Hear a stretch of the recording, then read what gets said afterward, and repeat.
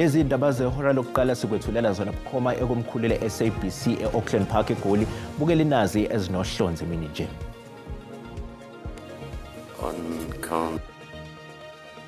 Selibalahlile icala abasola abathathu abebesola ngokuthumba nokushushumbisa intombazanyana uJoshlin Smith.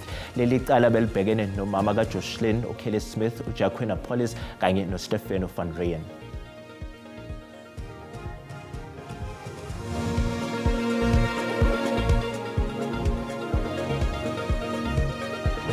Can come to a conclusion as to what exactly happened.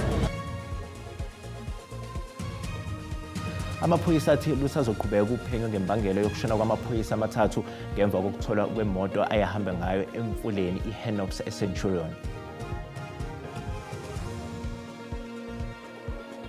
Sihlehlisiwe isicelo sebheli somlisa usolwa ngokudubula-bulala umfundi waseWalter Sisulu University enkantolo yemantshi yaseMthatha ngenxa yokuhamba kokugesi kuyo le nkantolo.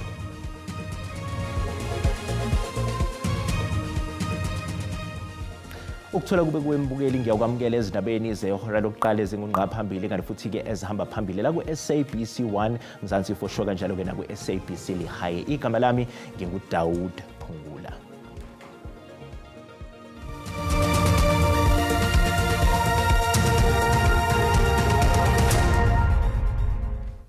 Selibalahlile icala abasola abathathu abebesolwa ngokuthumba nokushushumbisa intombazanyana uJoshlin Smith. Lamacala bebhekeneke nomama kaJoshlin uKelly Smith, uJaquina Pollis kanye noStefano van Rijn. After all the evidence in the case has been laid, I might consider wanting to grant Ms. Lombard's legal representative to address me on the issue before final determination is made. But the primary reason is that I foresee a possibility that evidence might still be led in the next phase of this case that might impact that decision. So for the reasons that I have stated, I'm of the view that the state succeeded in proving the guilt of Mr. Pollis, Mr. van Rijn, Ms. Smith on the main count in count 1 and on count 2. So the following order is issued.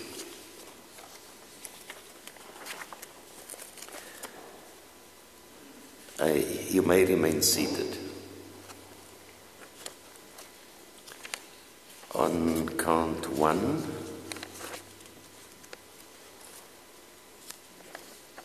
you are guilty of a contravention of section 4(1)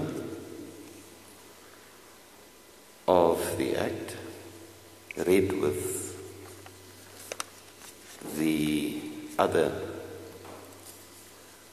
legislation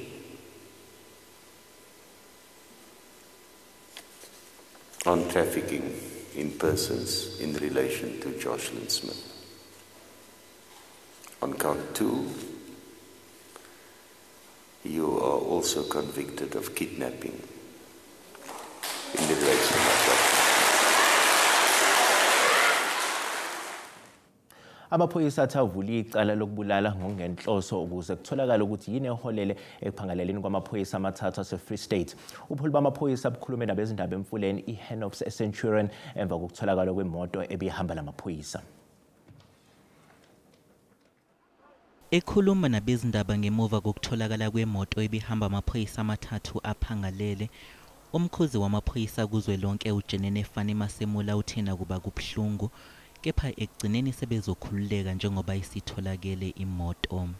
What a painful relief, however, but at least we are quite happy that after hard work we can indeed say the car has been recovered and actually not far from where we suspected the car went through. We are going to undertake an investigation of the car so that we can come to a conclusion as to what exactly happened. But from I think the look of eyes when you can see that the car looks like it capsized first before it impacted on the wall, including the barrier on the side. Kusenjalo undunankulu waseGauteng uPanyaza Lesufi udlulise amazwi enduduzo emindenini yabashonile watusa nababambe iqhaza eqinisekiseni ukuthi imoto iyatholakala. We remain indebted to them, not only for their hard work and the utilization of the skills, but also for assisting families to arrive at this set decision. Umnyango wamaphoyisa uqhube wathi uzimisele ukulekelela ngosizo olufanayo noma ngabe ubani ongase azithole ehlelwa isigameko esifuze lesi. Imindeni yamaphoyisa amathathu izidumbu zawo ezata kule mfuleni iHenops Centurion ithi izobuyela ke endaweni yesigameko ukuyolanda okwasala kwabathandiweyo bayo. Imindeni kulindele ukuthi ihlangane nondunankulu kanye nokhomishana wesifundazwe. Kusenjalo ke imindeni ithi isikhululekile kwamanje njengoba ke isitholakele imoto abebehamba ngayo. Kube umkhuleko obunomunyu wokweseka imindeni yamaphoyisa ashonile. Izinhlangano ezahlukene ezihlangane ndawonye ukuzoduduza imindeni ebehluleka ukubamba izinyembezi ngenxa yobuhlungu. Imindeni ithi isikhululekile ngokutholakala kwemoto. Bacela abantu ezinkundleni zokuxhumana ukuba bangalokhu beqagula ngalolu daba. Uthi babuhlungu kakhulu into ekhulunywa abantu kufanele kube yinto eletha induduzo. Uthi banemibuzo kodwa abanazo izimpendulo. Uthi konke bakekele kumdali ngoba uye onezimpendulo. Inhlangano ibuwa ngibasadi ithi ibone kufanele ukuthi ilethe lomkhuleko. Basically, the reason why we came together here today on Workers' Day was to say these 3 constables, they can't even enjoy because if they were still alive, they were supposed to be celebrating Workers' Day. Uhulumeni wase-Free State uthi uzokweseka imindeni ngazo zonke izindlela. So we are waiting for guidance. We'll hear from the minister, we'll hear from Tate Jabu, and we'll meet the families just to plan together. Even in a situation where these families feel like they need a joint funeral, we'll hear from families. Kulindeleke ukuthi kubanjwe inkonzo yomngcwabo wamaphoyisa amaduze nje. Sitholakala esintante edamini isidumo somfanyana oneminyaka emithathu obudala uMojalefa Sabuli owalahleka ngesonto eWest Rand. Ngokusho kokhulumela amaphoyisa eGauteng uColonel Mavela Masondo uthi isidumbu sibonwe abantu kade bezidlulela bazisa umphakathi nobiza amaphoyisa kube sekufika kabatshuzi abadawuleke isidumbu. uMojalefa wanyamalala emva kokulandela ezinye izingane ziyeke esitolo endaweni. There are boys that were passing in this next to this dam.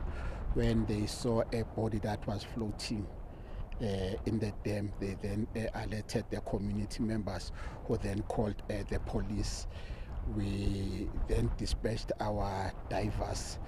They came here, they retrieved the body, and the body was then, obviously the person was certified dead. Then the parents, they were called, they positively identified the boy as the one that they reported missing. For now, we've opened a case of inquest. Actually, we've opened an inquest docket for investigation. Kuqiniswa kakhulu ezokuphepha emasangweni endawo eKleinfontein engaphandle kwasePitoli okuyisizinda sendawo ehlala amabhunu wodwa.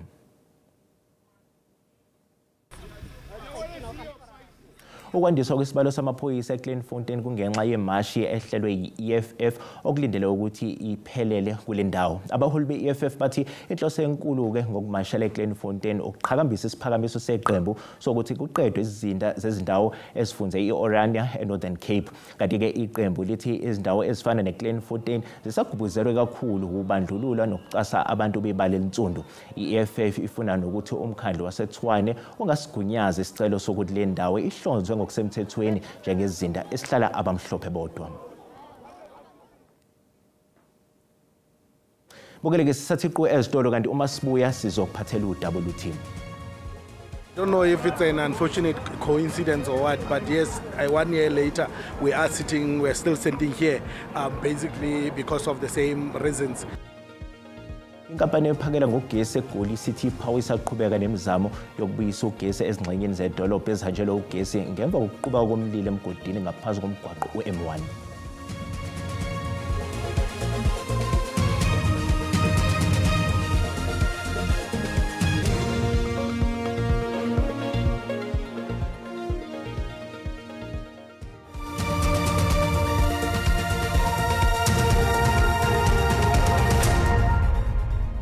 Ukela sikubingelele sikwamukela uma ngabe usanda ngena odabeni oluphambili besibeka ukuthi selibalahlile icala abasolwa abathathu abebesolwa ngokuthumba nokushushumbisa intombazanyana uJocelyn Smith. Leli cala belibhekene nomama kaJocelyn uKelly Smith, uJacqueline Paulus kanye noStephen van Ryan. Ukela sikhumbuza ukuthi lezi indaba ziyatholakala ku-YouTube naku-SABC Plus. Ngena kuzo uzicinge ngamagama athi SABC izindaba nakanjani uzosithola ngomjalo baso. Umengameli wezwe Cyril Ramaphosa uthi ziningi izifundo ezifundwe ohlelweni lwesabelo mali. Ukuphawula kukaRamaphosa kuza njengoba amaqembu ezombusazwe afana ne-MK Party ne-EFF efuna ijazi eligcwala umoya kungqongqoshe wezemali u-Enoch Godongwana. Because we are drawing a lot of lessons from all this, this is something that we need to take on board, and it doesn't lead to a Minister of Finance resigning or stepping down. No, it should be on all of us to say what lessons are we learning from this and what is it that we can do, that we can strengthen, learn from the budgetary process. Sehlehlisiwe isicelo sebheli somliso solwa ngokudubulabula lomfundi waseWalter Sisulu University enkantolo yemanje yaseMthatha ngenxa yokuhamba kogesi kuyo lenkantolo. Intatheli SABC uNomzwanele Mngoma ubesenkantolo. Manibulise nibulise nakubabukeli ekhaya. Siselapha ngaphandle ke kwinkundla zamatyala nalapho bechotshelwe khona umba wokudutyulwa kobulawe umfundi waseWalter Sisulu University ousisonke Mbolekwa. Kodwa ke ngaphakathi nanjengokuba ibichotshelwe kuye yaphinde lamiswa elityala khange lixoxe kusithiwa akukho mbani, kodwa ke limiselwa umhla wange-6 kule veki izayo. Kodwa ke sinaso isithethi sekhaya sakwaMbolekwa uNcedo Kolanisi nozokuthi asichazele banzi. Mr. Kolanisi, niziva njani ngokuba iphinde elityala limiswe kokwesibini ngoku? Siswami iyadisappointa lento eyenzekayo ngoba it's unprecedented siswami into ba kube ready wonke umuntu. Into esibethayo ibe technicality into ba umbane awukho. Umbane ke udlala irole enkulu ecourt wento ba kurekhodwe just in case kube khona icala elingekho satisfied so that kuzoaphilwa kudlalwe as records. Kuye ke lowo otyunjwe usapho lakwaMbolekwa umntoba azobamela okanye abathethele esitsho ke esithi into yenzeke namhlanje neyenze into bakufikelelwe ekubeni ityala limiso iyabonakalisa into yokuba ukhona umuntu ongawenziyo umsebenzi wabo kwaye baza kwathatha amanyathelo ukuqinisekisa into yokuba into enje ayiphinde yenzeke.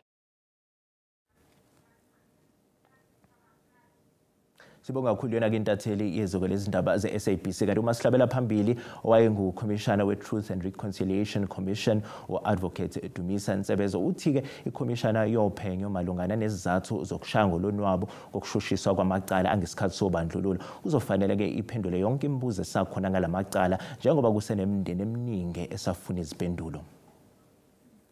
There needs to be a focus.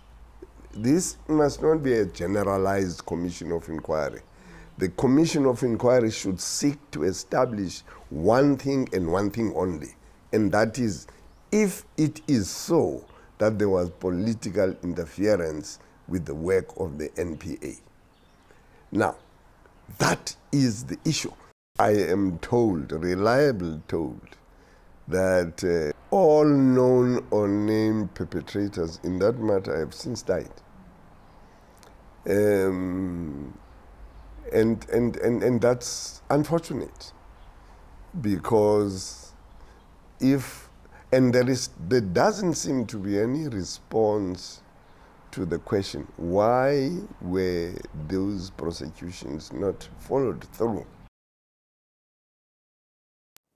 Amaqembu ezombusazwe aphume ngobuningi bawo ukuba yingxenye yemicimbi yokugubha usuku lwezisebenzi.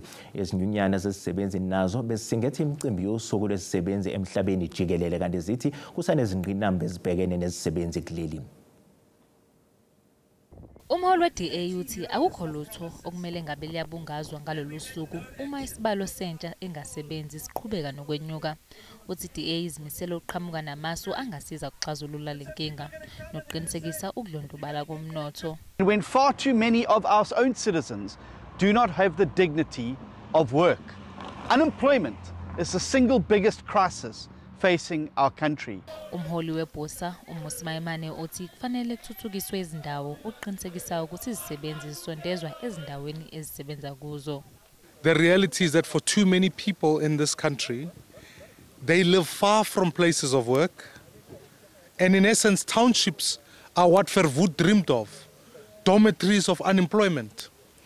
We are here today as Bosa saying we should not have these sites like this in the face of unemployment. Kanomholi we-EFF ubesesifundazweni Northwest nokuyilapho leli qembu lasungulwa khona.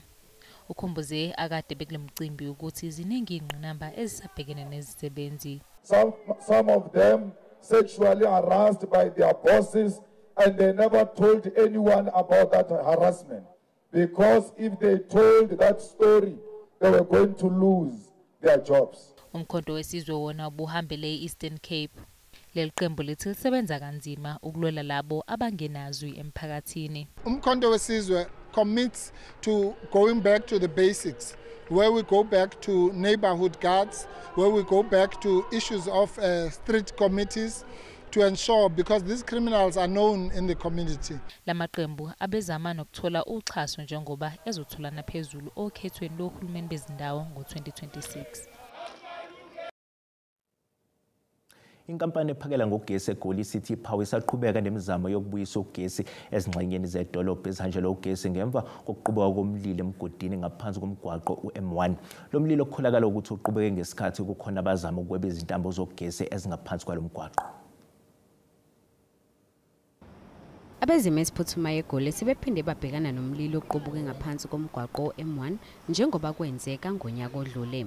Kukholakala ukuthi umlilo oqubuke emgodini nezintambo zogesi zeCity Power. I don't know if it's an unfortunate coincidence or what, but yes, 1 year later we're still sitting here, basically because of the same reasons, where the fire is basically smoldering underground in our tunnels, because of the incident that happened early this morning, where one of our cables was basically tripped. Abezimo esiphuthumayo bebetshalwe endaweni yesigameko. We have 4 fire stations, 4 fire engines that are on scene with a team of plus 18 people. We have 2 teams that are underground at this moment, but we still do have another team that is out. So we are swapping the teams just to ensure that everyone going in is safe and they do take breaks. Kukholakala ukuthi ukwebiwa kwezintambo zogesi ikhona kube imbangela yomlilo. The fire last year was also caused by similar reasons, hence we ended up writing to the national and provincial police commissioners so that they can assist us. Inkampani ephakela ugesi City Power ihlola umonakalo namhlanje endaweni yesigameko njengoba izingxenye zedolobha zisale zingenagesi ngenxa lesigameko. Izakhamuzi ezindaweni ezikhahlanyezwe izikhukhula iBloemhof kumasipala ilikwaTimane eNorthwest zinxanxa uhulumeni kanye ke nezinhlangano ezizimele ukuba ke zisihlinzeke. Njengoba iziphathimandla ziqhubeka nokulawula izinga lamanzi edamini iVaal, izakhamuzi ezakheduze kwawo lomfula eBloemhof zicela usizo ezinhlanganweni ezingenza inzuzo nakosomabhizinisi. Lezi khukhula zishiye abaningi bengazi ukuthi bazothathani bahlanganise nani. People who have property downstreams also they have had damage, a lot of damage, because of the first flood we went down and some of the walls could fall down. So, and I think it will be nice to them if they help the people with the property down here. The only stuff I could retrieve was 3 sets of clothes. I had nothing. 3 sets of clothes, my toiletries, and that was all. Kusenjalo iziphathimandla zomasipala zithi zikhathazekile ngale mindeni. we are always proactive as a municipality, but we continue to plead with private sector, we continue to plead with business people, business fraternity, and whoever who is a good Samaritan to assist in terms of the donation that we may need, because we are not sure as to when will the level decrease or at what time will the level go down. So we continue just to monitor the situation very closely, so that as the level rises, at least we are able to put systems in place to ensure that those that would have been affected at that particular time are then evacuated with immediate effect. Lemndeni ithi nethemba lokuthi izokwazi ukuphindela ezindlini zayo uma selehlile izinga lamanzi.